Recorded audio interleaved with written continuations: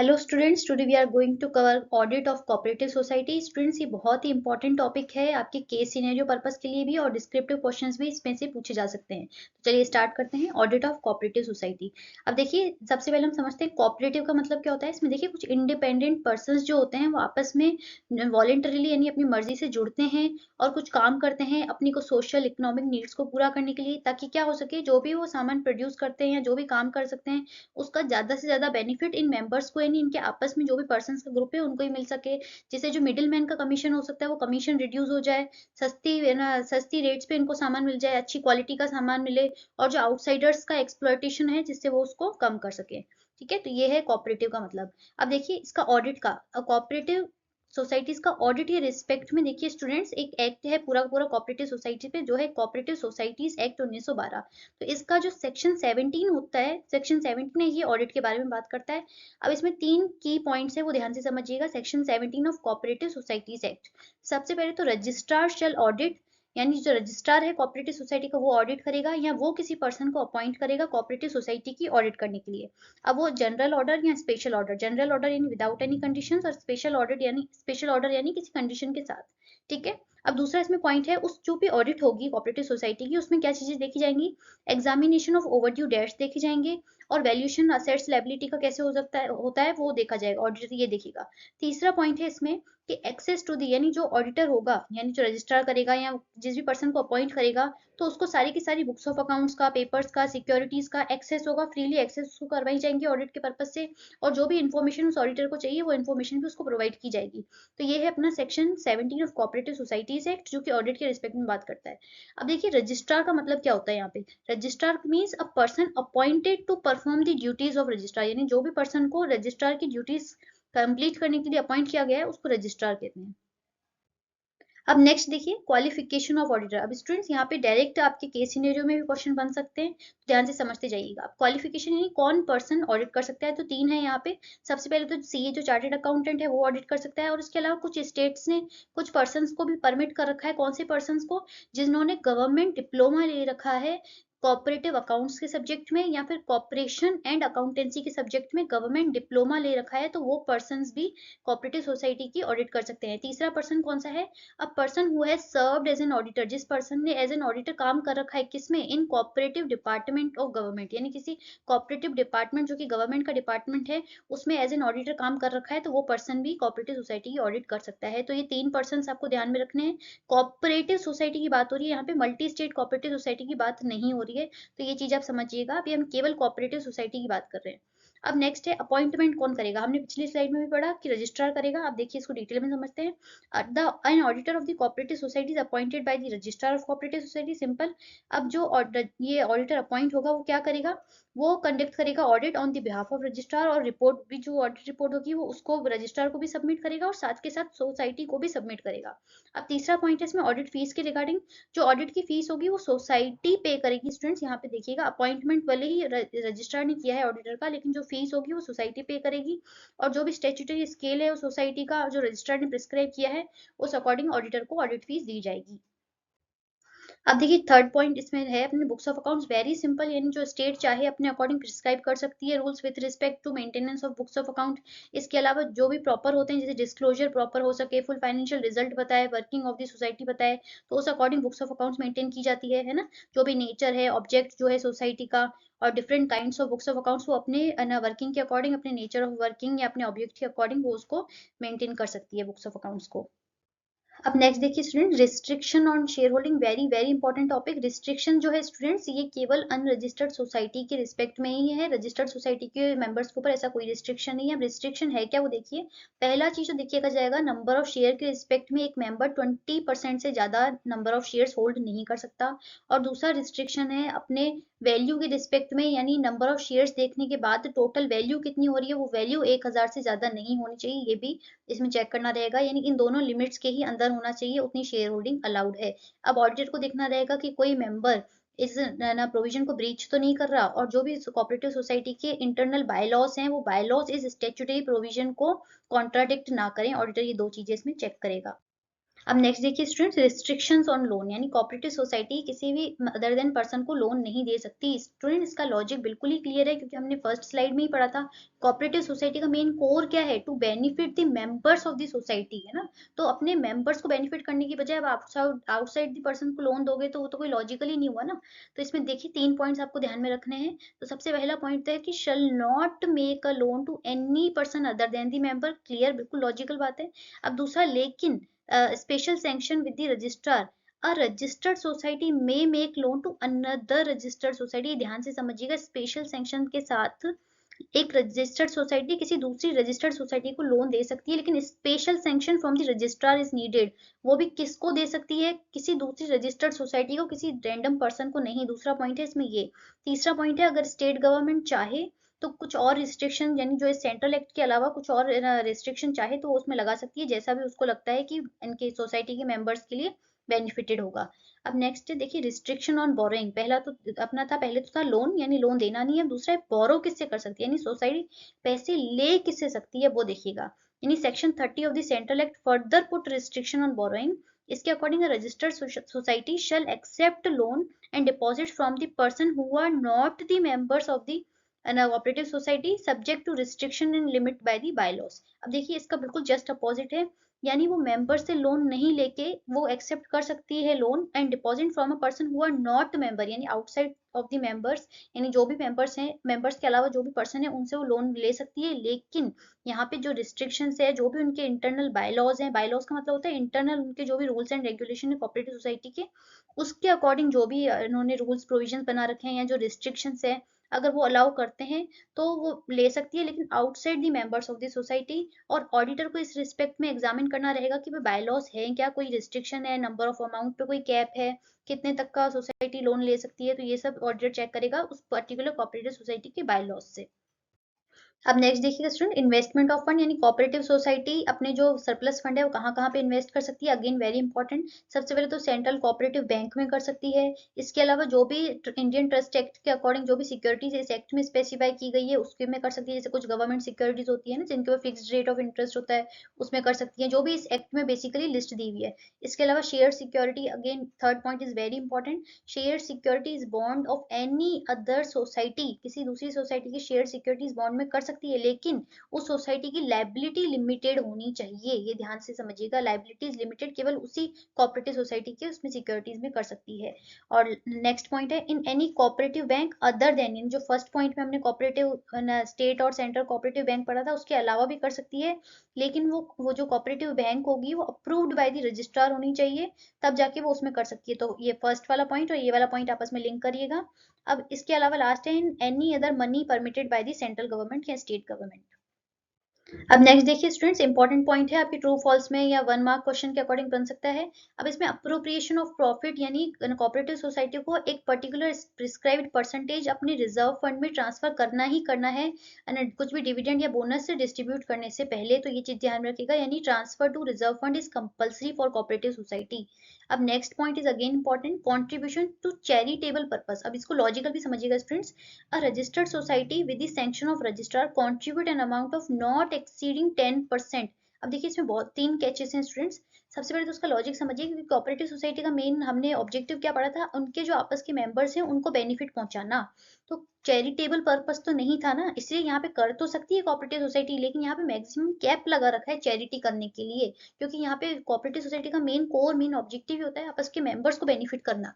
तो इसलिए यहाँ पे सबसे पहला पॉइंट जो ध्यान रखना है कि यहाँ पे जो मैक्सिमम अमाउंट ऑफ चैरिटेबल वो चैरिटी कर सकती है वो है नॉट एक्सीडिंग 10%, यानी मैक्सिमम 10% ऑफ दी, अब किसका, of the net profit remaining after the compulsory transfer. जो हमने पिछले जस्ट पॉइंट में, इस वाले पॉइंट में पढ़ा था कि कंपल्सरी ट्रांसफर टू रिजर्व करना ही है, उसके बाद जितना प्रॉफिट बचता है उसका 10% लेना है। स्टूडेंट यहाँ पे ये ध्यान रखिएगा, पहला कैच तो है not exceeding 10% of net profit, लेकिन नेट प्रॉफिट कौन सा, after compulsory transfer to reserve fund. तो ये चीज आपको समझनी पड़ेगी, 10% of net profit after compulsory transfer आप करोगे, उसके बाद जितना बचेगा उसका 10% ही लेना है।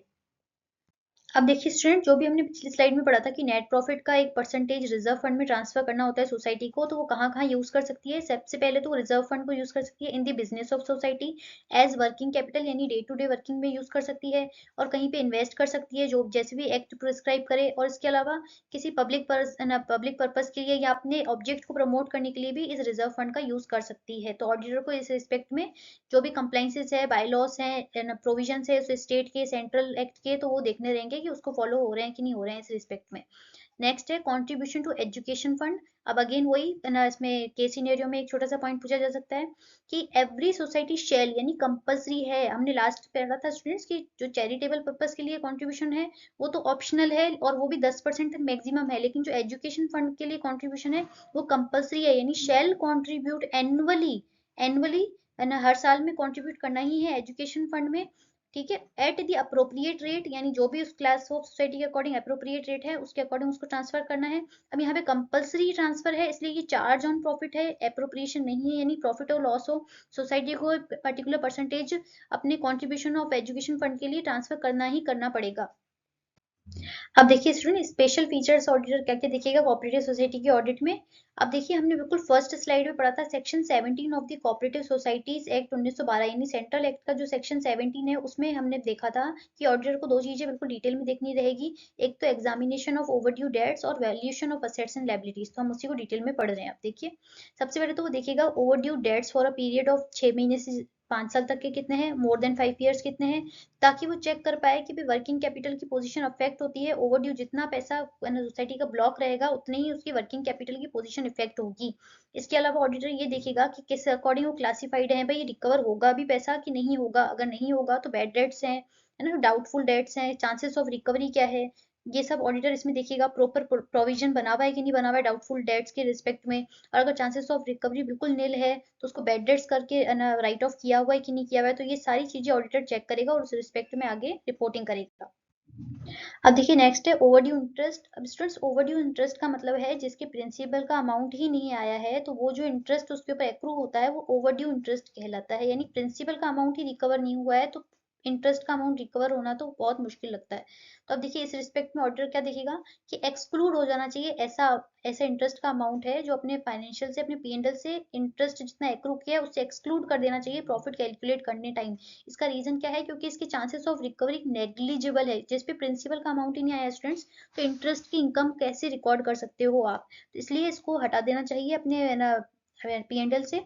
और इसके अलावा क्या होता है इसके ट्रांजेक्शन के लिए, भाई आपने पीएनएल से तो हटा दिया लेकिन इसको एक एक रिकॉर्ड तो रखोगे कितना हमारा एक्रू हो रहा है इंटरेस्ट, तो उसके लिए एक अलग से रिजर्व बना देते हैं। लेकिन उसको पीएनएल से तो हटा दिया लेकिन उसको एक अलग से रिजर्व बना लेते हैं और उसमें हम इसको नोटिंग करते जाते हैं कि इतना हमारा इंटरेस्ट एक्रू हो रहा है, लेकिन उसको इनकम कंसीडर नहीं करते हैं। इनकम पीएनएल से हटा देते हैं लेकिन उसको अलग से रिजर्व में क्रेडिट करते जाते हैं, ताकि अगर इन केस अगर फ्यूचर में कभी आता है तो हमारे पास उसका रिकॉर्ड हो और उस अकॉर्डिंग इसकी इसमें एंट्रीज देखी जाती हैं। नेक्स्ट है सर्टिफिकेशन ऑफ बैड डेट्स। अब देखिए कुछ स्टेट में जैसे महाराष्ट्र में तो है, अगर ऑडिटर उसको सर्टिफाई करता है किसी भी डेट को बैड, तब जाके वो बैड डेट सर्टिफाइड होता है।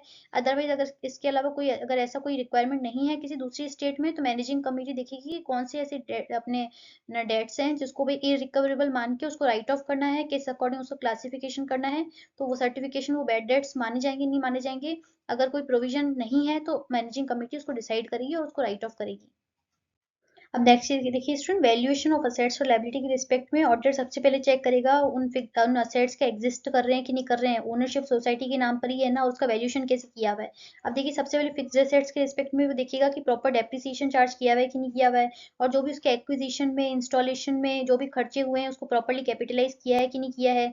और इसके अलावा फिक्स्ड एसेट्स की कॉस्ट में और जो उसकी मार्केट वैल्यू उसमें अगर बहुत ज्यादा फर्क आ रहा है, सिग्निफिकेंट डिफरेंस आ रहा है, तो ऑडिटर उसमें रिस्पेक्ट में मार्केट वैल्यू जो भी है उसको एक छोटे से नोट में प्रिस्क्राइब कर देगा। और इसमें करंट एसेट्स के रिस्पेक्ट में क्या दिखेगा कि जो कॉस्ट है और जो मार्केट वैल्यू उसमें से जो भी लोअर है उस पर वो बुक किए हुए हैं। अब नेक्स्ट देखिए रिगार्डिंग अब लायबिलिटीज कैसे होंगी, ऑडिटर देखिएगा कि जितनी भी लायबिलिटी सोसाइटी की नोन है, यानी पता है जितनी भी लायबिलिटीज हो सकती हैं वो प्रॉपरली अकाउंट्स में डाली गई हैं। कंटिजेंट लायबिलिटी को नोट्स टू अकाउंट्स में डाला हुआ है, ये ऑडिटर इसमें लायबिलिटीज के रिस्पेक्ट में देखेगा। अब नेक्स्ट पॉइंट देखिए स्टूडेंट्स, ऑडिटर ये देखेगा कि कोऑपरेटिव सोसाइटी जिस पर्पस जिस ऑब्जेक्टिव के लिए बनाई गई थी तो वो सारे अपने प्रिंसिपल्स को फॉलो कर भी रहे हैं कि नहीं, यानी जो भी उसका ऑब्जेक्ट था वो किस लेवल तक अचीव कर पा रही है कोऑपरेटिव सोसाइटी, मेंबर्स को बेनिफिट मिल भी रहा है कि नहीं मिल रहा है। अब यहाँ पे एक इंटरेस्टिंग पॉइंट है, इन टर्म्स ऑफ प्रॉफिट नहीं देखना है, ये देखना है कि जो बेनिफिट्स हमने मेंबर्स को पहुंचाने के लिए कोऑपरेटिव सोसाइटी बनाई थी वो बेनिफिट मेंबर्स को मिल पा रहा है कि नहीं मिल पा रहा है, कॉस्ट रिड्यूस हो पा रही है कि नहीं हो पा रही है, उस कॉस्टिंग के लिए स्टैंडर्ड कॉस्टिंग, बजटरी कंट्रोल, क्या क्या टेक्निक्स अपना रही है सोसाइटी, है ना, बिल्कुल लोअर प्राइसेस पे मेंबर्स को प्रोड्यूस जो भी कर रहे हैं काम वो उसको प्रोवाइड करवाया जा रहा है। तो ये सारी चीजें देखेंगे, मिडिल मैन का कमीशन कितने लेवल तक कम हुआ, मेंबर्स को किस लेवल तक बेनिफिट हो रहा है, ये सब ऑडिटर इसमें चेक करेगा। अब नेक्स्ट पॉइंट है ऑब्जर्वेशन ऑफ प्रोविजन, यानी ऑडिटर ये चेक करेगा कोऑपरेटिव सोसाइटी के जितने भी प्रोविजन है, जितने भी लॉ बाय लॉज जो भी रूल्स उन्होंने बनाए हुए हैं उनका कोई इन्फ्रिंजमेंट यानी उनका कोई ब्रीच तो नहीं हो रहा है, तो प्रॉपर कंप्लाइंस हो रहे हैं नहीं हो रहे हैं प्रोविजंस कोऑपरेटिव सोसाइटी के, और जो भी रूल्स हैं बाय लॉज ऑडिटर ये चेक करेगा। और इन अगर इन्फ्रिंजमेंट अगर कुछ हो रहा है यानी कुछ ब्रीच हो रहा है इन प्रोविजंस का, तो उसका फाइनेंशियल इम्प्लीकेशंस क्या आ रहा है वो ऑडिटर प्रॉपरली देखेगा, असेस करेगा और देखेगा कि किस तरीके से रिपोर्ट करना है। अब नेक्स्ट पॉइंट है वेरिफिकेशन ऑफ मेंबर्स रजिस्टर्ड और एग्जामिनेशन ऑफ देयर पासबुक यानी मेंबर्स की जो पासबुक है वो देखेगा, और जो कोऑपरेटिव सोसाइटी के पास मेंबर का रजिस्टर रखा हुआ है वो देखेगा। अब स्टूडेंट इसका पर्पस क्या होता है, जैसे कुछ रूरल एरिया में होते हैं जो मेंबर्स आपस में मिलके अपने बेनिफिट के लिए काम करते हैं, लेकिन अब क्या होता है कई बार वो इलिटरेट होते हैं ना, कुछ फार्मर्स होते हैं, कुछ रूरल एरिया के होते हैं, तो उनको इतनी समझ नहीं होती है, तो ऑडिटर क्या करेगा कि कहीं इनके साथ कुछ गलत तो नहीं हो रहा है, इसलिए वो क्या करेगा सोसाइटी के पास जो मेंबर्स का रजिस्टर है वो, और जो इंडिविजुअल मेंबर्स की बैंक के पास पे वो एक बार वेरीफाई करेगा और देखेगा कि इसमें कुछ गड़बड़ तो नहीं है, कुछ मैनिपुलेशन कुछ तो नहीं है, कुछ मिस स्टेटमेंट तो नहीं आ रहे हैं, तो ऑडिटर ये एक बार चेक करेगा। क्यों? क्योंकि वो जो कुछ मेंबर्स होते हैं कुछ इलिटरेट होते हैं, कुछ उनके सेफ गार्ड को उनके इंटरेस्ट को सेफ गार्ड करने के लिए ऑडिटर ये इसमें एक बार टेस्ट बेसिस पे एक बार चेक कर लेगा कुछ ट्रांजेक्शन। अब नेक्स्ट पॉइंट है special report, very very important student, direct descriptive question भी बन सकता है इसके ऊपर, ध्यान से समझिएगा इसको, स्पेशल रिपोर्ट। अब कौन किसको देगा ये भी समझिएगा।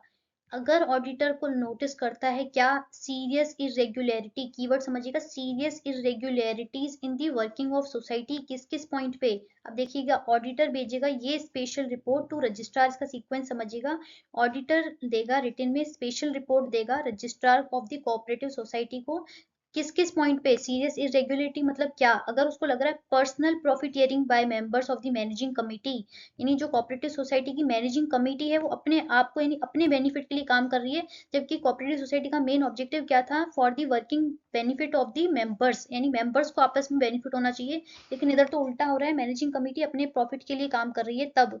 दूसरा, अगर उसको कुछ फ्रॉड मिलता है ऑडिटर को relating to expenses purchase of property या स्टोर्स के रिस्पेक्ट में अगर कुछ फ्रॉड मिलता है, ठीक है। और दूसरा मिसमैनेजमेंट, सबसे पहला तो क्या था personal profiteering, second point is fraud, तीसरा है mismanagement in the decisions of the management against the cooperative principle, यानी cooperative principle bylaws provisions जो बने हुए हैं उसका बिल्कुल मिसमैनेजमेंट, उसको फॉलो ही नहीं किया जा रहा है, और ऑडिटर को लग रहा है कि यहाँ पे प्रॉपरली मैनेजमेंट नहीं है कोऑपरेटिव सोसाइटी की वर्किंग का। और cases of reckless advances, reckless यानी बिना सोचे समझे एडवांस लोन दिए जा रहे हैं, ऑडिटर को अगर ये चार चीजें मिलती हैं तब जाके वो क्या करेगा, ऑडिटर स्पेशल रिपोर्ट देगा और जो भी पॉइंट्स हैं उसमें राइट रिटर्न करेगा और आगे वो रजिस्ट्रार को आगे रिपोर्ट देगा, ये वो कहलाती है स्पेशल रिपोर्ट। और यहाँ पे कीवर्ड है सीरियस इरेग्युलरिटीज, पर्सनल प्रॉफिटियरिंग लगती है, अगर कुछ फ्रॉड के केस लगते हैं, कुछ मिसमैनेजमेंट लगता है या कुछ रेकलेस एडवांसिंग का केस लगता है ऑडिटर को, तब जाके ये रिपोर्ट वो रजिस्ट्रार को देगा। अब देखिए नेक्स्ट, देखिए ऑडिट क्लासिफिकेशन ऑफ सोसाइटी, ये भी इंपॉर्टेंट है। अब देखिए क्या होगा, पूरी ऑडिट करने के बाद ओवरऑल परफॉर्मेंस देखने के बाद ऑडिटर एक अवार्ड करता है क्लास, यानी एक क्लास देता है उस सोसाइटी को बेस्ड ऑन इट्स वर्किंग और इट्स परफॉर्मेंस, यानी कुछ ग्रेडिंग दे देता है, आप ऐसे समझिए। तो अब क्या होगा, ऑडिटर ने for example A B C तीन तरीके की ग्रेडिंग है, ऑडिटर ने सी बी ना बी ग्रेडिंग दे दी सोसाइटी को, पर्टिकुलर सोसाइटी को, और अगर उस पर्टिकुलर कोऑपरेटिव सोसाइटी की मैनेजमेंट सेटिस्फाइड नहीं है, उनको लगता है कि ए ग्रेडिंग मिलनी चाहिए थी जबकि बी मिल गई, तो क्या करेगा वो सोसाइटी का जो मैनेजमेंट है वो अपील करेगा रजिस्ट्रार को, और रजिस्ट्रार इस मैटर को रिव्यू करेगा और वो ऑडिट की क्लासिफिकेशन को चेक करेगा। इसलिए यहाँ पे केस बन सकता है, आप इसको ध्यान से समझिएगा, इसलिए ऑडिटर को बिल्कुल केयरफुल रहना पड़ेगा while giving the awarding the class to the particular society. अब देखिए इसमें लास्ट पॉइंट है discussion of audit draft audit report, यानी ड्राफ्ट ऑडिट रिपोर्ट यानी फाइनलाइज करने से पहले एक बार ऑडिटर को डिस्कस करनी रहेगी audit report with the managing committee. अब जो भी इसमें है ना माइनर इरेगुलरिटी यानी जो जिसका करेक्शन हो सकता है तो ताकि वो बिल्कुल सेटल हो जाए, लेकिन मैटर्स ऑफ पॉलिसी जो है अगर जहाँ पे ऑडिटर को और समझना रहेगा, डिस्कशन वो करेगा मैनेजिंग कमिटी से, उसके बाद ही वो ऑडिट रिपोर्ट फाइनलाइज करेगा। तो स्टूडेंट्स ये था हमारा audit of cooperative society. Thank you so much.